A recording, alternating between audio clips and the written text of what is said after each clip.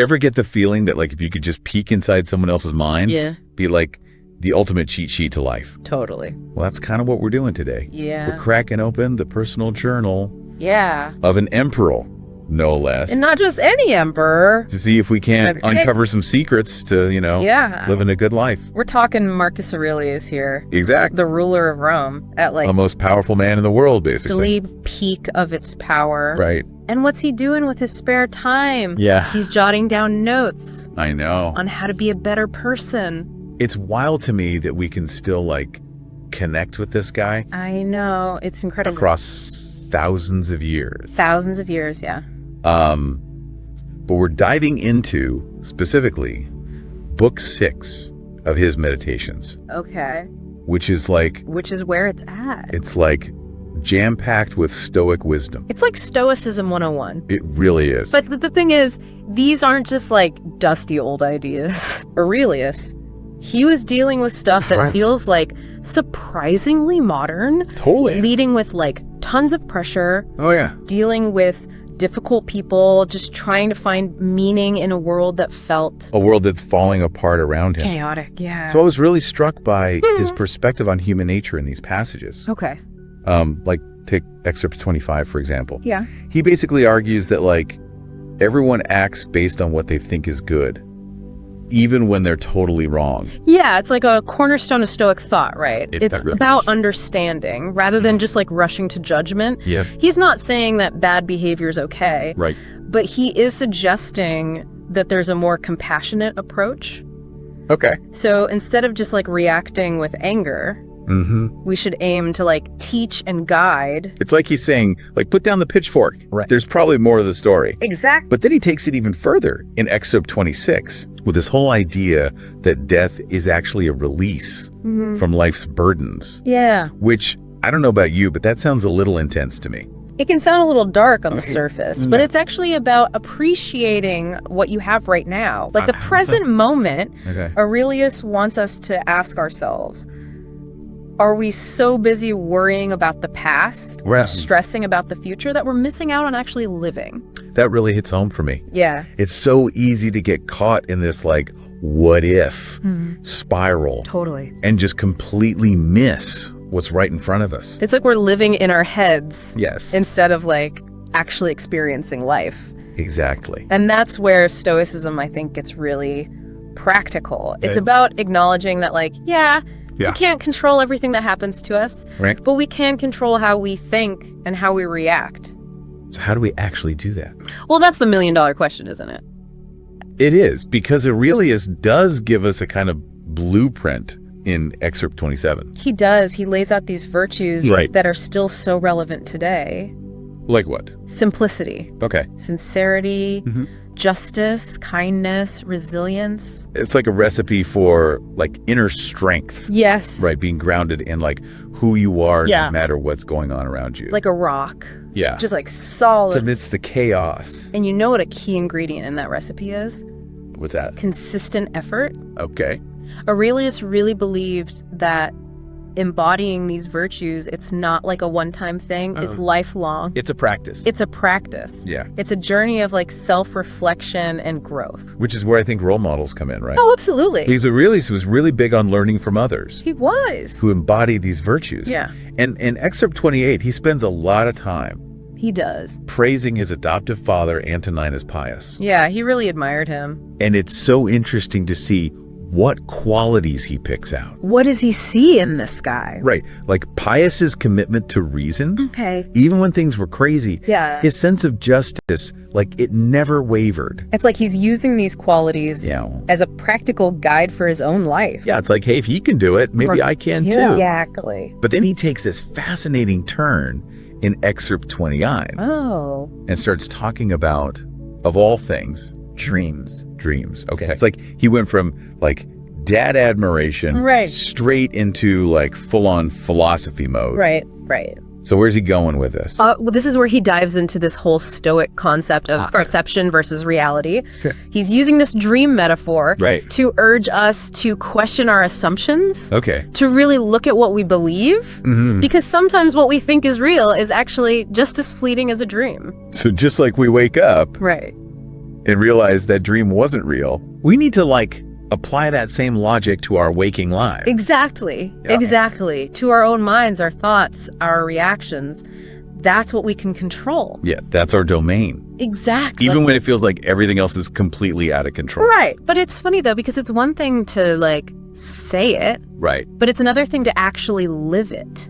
Oh, tell me about it. Right. It's, like, easier said than done, for sure. Yeah, because, like, if someone cuts me off in traffic, my first reaction is not exactly stoic calmness. Mine either. You know what I mean? Oh, absolutely. Like, I'm not Aurelius in the driver's seat, let's just say. Well, and Stoicism, it isn't about becoming like this emotionless robot, right? I get it. It's more about like recognizing that our initial reactions, that like surge of anger or frustration, a lot of times that comes from our judgments about the situation, not actually the situation itself. It's like, what's that quote? Like, traffic is terrible, or right, exactly. I'm late. Yeah, like this light is taking forever. Right. But the light is just doing its thing. Okay, so it's about recognizing those thoughts. Yes. And then choosing a different response. Exactly. But how do we actually do that in the heat of the moment? Well, I think it starts with awareness.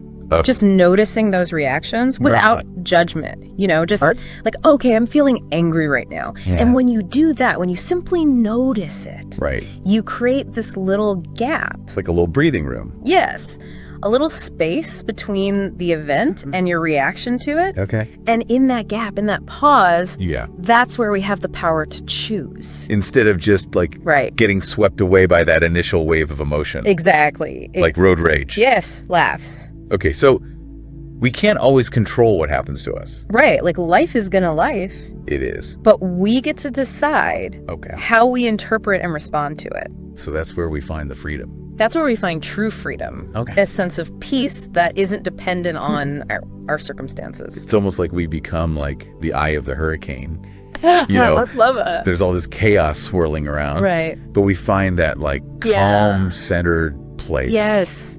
That inner stillness. Yeah. And the more we cultivate that, the more we embody those stoic virtues. Right. The courage, the resilience. That unshakable inner strength. Which, let's be real, that's pretty countercultural. It is. Especially like in our world today. Right, because our world is like, buy this. Right. Get the latest gadget, achieve this, look this way. More. Yes. And Stoicism is like, hold on a second. It's like, whoa, pump the brakes. Yeah. Because true happiness, it's not out there. It's an inside job. It's an inside job. Mind blown. Okay. Right. So it's about finding contentment now, accepting what is, focusing on what we can control. Exactly. Our thoughts, our actions, that's it. That's our domain. It all comes back to that idea of like waking up from the dream, right? Yes. Like what illusions are we clinging to that might be holding us back? Yeah, what's holding us back from experiencing that peace, that joy? Okay, so if we're ready to like roll up our sleeves and do some mental decluttering. Let's do it. Where do we even begin? That's a great question. Because it can feel kind of overwhelming to think about like embodying all of these stoic virtues at once. Absolutely. And that's why Aurelius, he stressed the importance of small steps, consistent steps. Small, consistent, got it. It's a lifelong practice, not a one-time makeover. Not a magic bullet. No magic bullet. Okay, so where do we start? Well, what's one area where you feel like you tend to just react instead of responding with intention? Ooh, that's a good question. Yeah. It might be my inbox. The dreaded inbox. Oh my gosh, yes. Yeah. Or maybe my tendency to like overthink every little decision. Okay, yeah. I don't know if you can relate to that. Oh, absolutely. I feel that. Yeah. But that's a great starting point. It is. Okay. It is, because the key is to identify those moments where you can practice that stoic pause, that split second between the stimulus and your response, and create a little space. Oh, I like that. For choice. So we're like training ourselves to hit the pause button on autopilot mode. And on autopilot. And like step into a more mindful way of being. Exactly. Okay. And with each conscious choice, with each time we choose a more like measured response, we're strengthening that inner muscle. Oh, like we're going to the mental gym. Yes. We're hitting the gym. I like it. We're building that control. So we're building like our inner stoic fortress, like brick by brick. I love that visual. Right. Brick by brick, thought by thought. Yeah, and just like a fortress. Yeah. It takes time to build. It takes work. But once it's strong, once it's standing, nothing can shake it. Nothing can shake it. And that's what I love about this whole concept. Yeah. It's incredibly empowering. It is. Because Aurelius isn't saying, like, life's going to be awful, just grit your teeth and bear it. He's saying you have more agency. You have the power. Than you realize. You have the power to choose your response, even when the world feels like it's falling apart. Even when the world feels chaotic. And that is a radical notion. It really is. It really is, like, mind-blowing. It's like revolutionary almost. Yeah. And it's not like he's coming from this naive place. No, not at all. Like, this is a guy who, like, literally ruled an empire. He's seen some things. Right. He knows a thing or two about what it means to, like, face challenges, deal with pressure. Absolutely. And he's saying, he's like, hey, I get it. I've been there. The world can feel overwhelming. Yes. It's easy to get caught up in the chaos. Like, you've got a to-do list a mile long. Oh, yeah. You've got, like, you know... Everyone's got an opinion on everything. Everyone's got an opinion, exactly. It's enough to make you want to, like, crawl in a hole and hide. Seriously. But what Aurelius reminds us is that we have a choice. We don't have to let the chaos win. We have the power to decide how we respond even when things are tough. So it's not about, like, you know, suppressing all of our emotions, right? No, not at all. Because even Aurelius, for all of his talk about, like, logic and reason, right, he also really valued compassion. He did. And kindness. He believed that those were essential qualities for a good life. Yeah, so it's about finding that balance between, like, cultivating that inner strength, that resilience. And that allows us to weather the storm, right? Yes. But also without losing sight of, like, our humanity. Our shared humanity. Exactly. And that's beautifully said. Well, thank you. So on that note, in the spirit of leaving our listeners with, you know, something they can actually use out in the wild. Yeah. In their everyday lives. I love it. What's one, like, small step that they can take today to tap into that, like, Stoic way of being? To tap into that inner strength that Aurelius is talking about. Yes. You know, I think it starts with just paying attention to your reactions, you know? Okay. Not in a judgmental way. Right. But just like a sense of curiosity.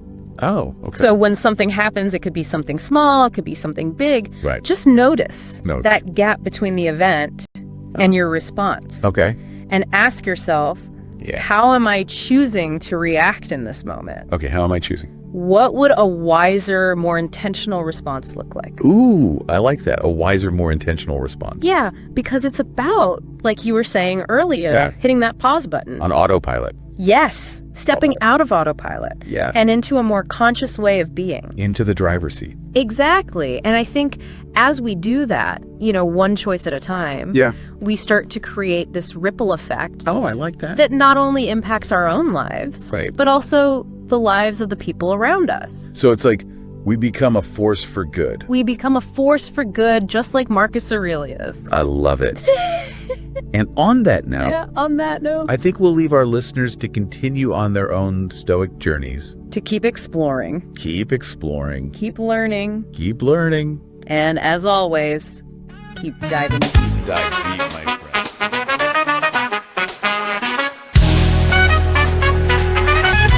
Marcus Aurelius, he ruled with grace. Stoic wisdom all up in his face. Kept his cool through the Roman storm. With a calm that was fire, man was born to reform. He said, mind your kingdom, so take the throne. Inner peace, that's what seeds our song. When life's heavy, don't be rattled. Keep your groove steady, never be battled. Marcus, stoic and pride. He knew the rhythm, kept it locked in time. Yeah, Marcus, philosophize in the funk of life. He's rising to sky. In the heart of Rome, he kept his flow. Through wars and trials, he'd never fold. No way. With thoughts like gold and soul so deep. A funky emperor in wisdom he's deep. Life's a dance, he often says. Step by step, don't give it away. When chaos comes, take take it in stride. Morals gliding on that funky ride. From the palace to the streets, his wisdom spread. Stoic vibes in every word he said. Ooh yeah, keep your inner peace, don't let it stray. Marcus ruled the ancient Roman way. Win the Nobel Prize. Why? I had to come up with something. I am giving you permission to be great. I'm giving you permission to be everything you were called to be, to do everything that you're capable of doing, to have everything you're supposed to have. Listen to me, you have to be careful when you hang around average people. All they're going to do is tell you what they can't do, and that's okay that they can't do it, but that has absolutely nothing to do with us. We can go from being homeless and high school dropouts to having PhDs, writing books, and becoming the voice of a generation. We can do whatever we believe we can do, and we don't need anybody's permission to do it but ours. You are brilliant. You are special. Yes, you're different, and yes, you're not doing it the traditional route, but greatness is upon you. You got to keep going. You got to keep going. You got to keep going. And the 12 years to get the 4-year degree turned into a master's degree. And the master's degree turned into a PhD. God, I can't believe it. I went from being a high school dropout, from being homeless, living in abandoned buildings, to eating out of trash cans, to Dr. Eric Thomas, to writing 6 books. God, are you hearing what I'm saying? Today, stop playing small and start playing big, because I am. All right, let's stop. On 3, 1, 2, 3. I am. 1, 2, 3. 1, 2, 3. I am. I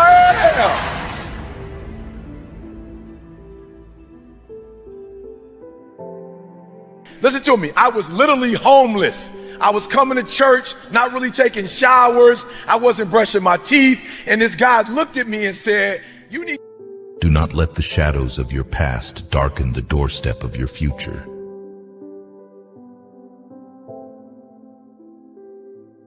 Life is like a bicycle.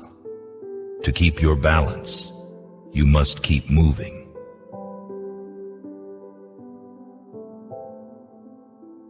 Just as a candle cannot burn without fire, men cannot live without a spiritual life. Buddha.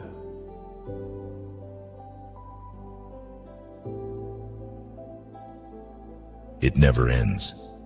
As long as life goes on, a man needs to learn to feel the present moment and not hope for an unknown future.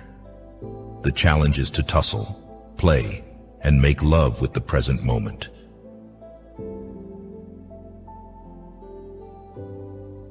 Try. You never know how strong you are until being strong is the only choice you have.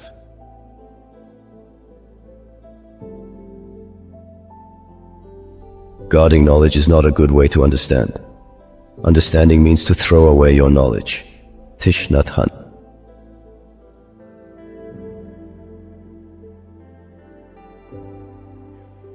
Average people can't let go. The greats, we do whatever it takes.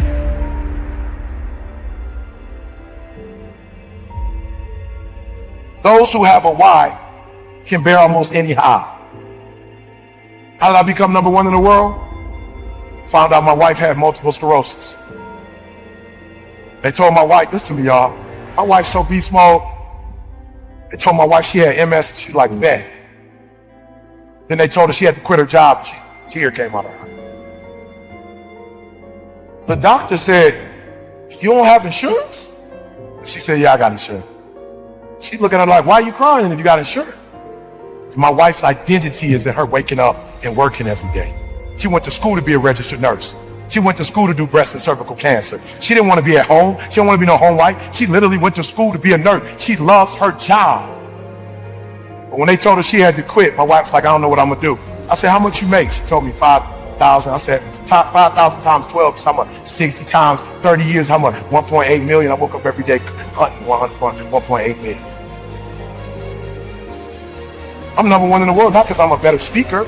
I'm not number one in the world because I look the best, because I dress the best. I'm not number one because my enunciation is the best, because I use the best words, because I got the best sentence structure, because I come from the best background. I became number one because I woke up and I hunted down the 1.8 mil so my wife would never have to work again. If you waking up every day and you want a Rolls Royce, you ain't about to beat me. If you waking up for a Bentley, you ain't about to beat me. If you waking up for a gold chain, you ain't about to beat me. If you woke up for a Rollie, you ain't about to beat me because you're going after material stuff. I'm going after my food.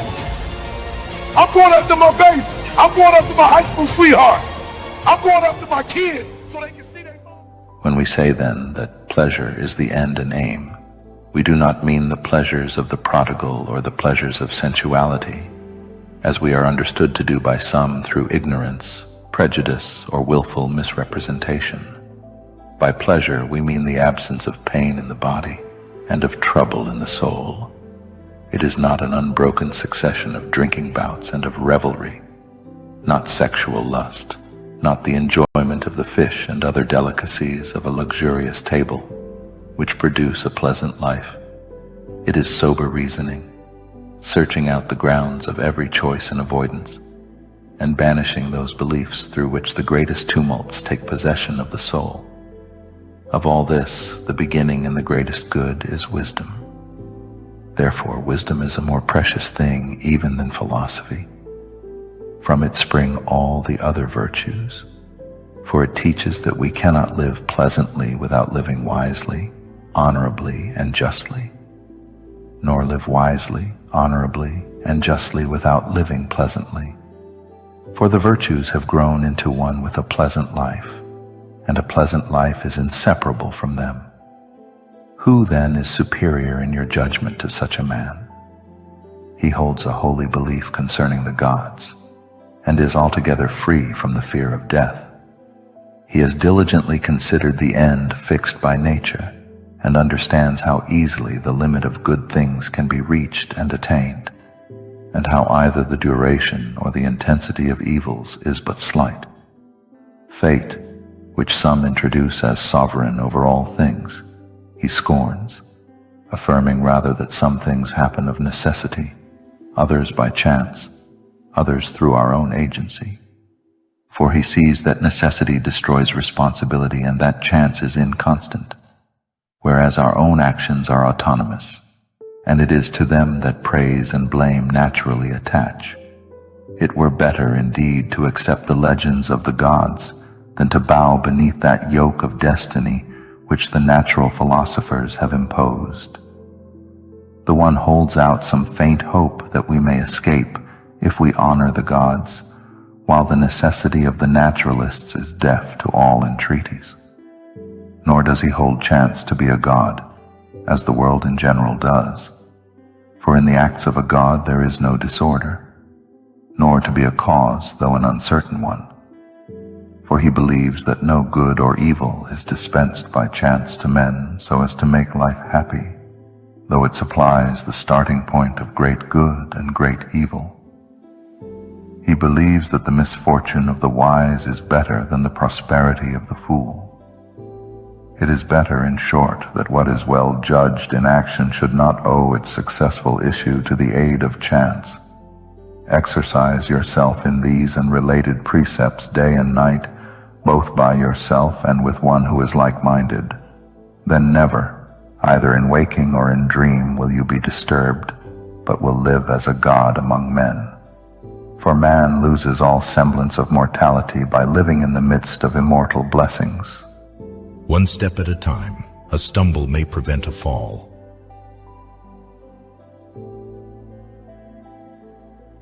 Never put off until tomorrow what you are willing to die having left undone.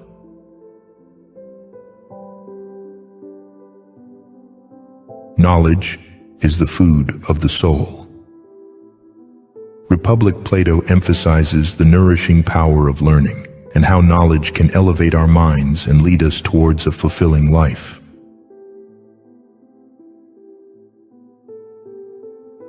Not everyone wants to see you succeed. Some will even go out of their way to see you fail. Better days are coming. You won't always wake up in the morning with a heavy heart.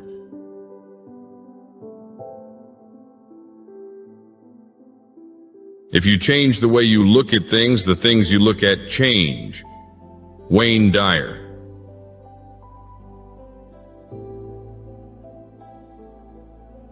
Fulfilled potential is the story of most people's lives. It is.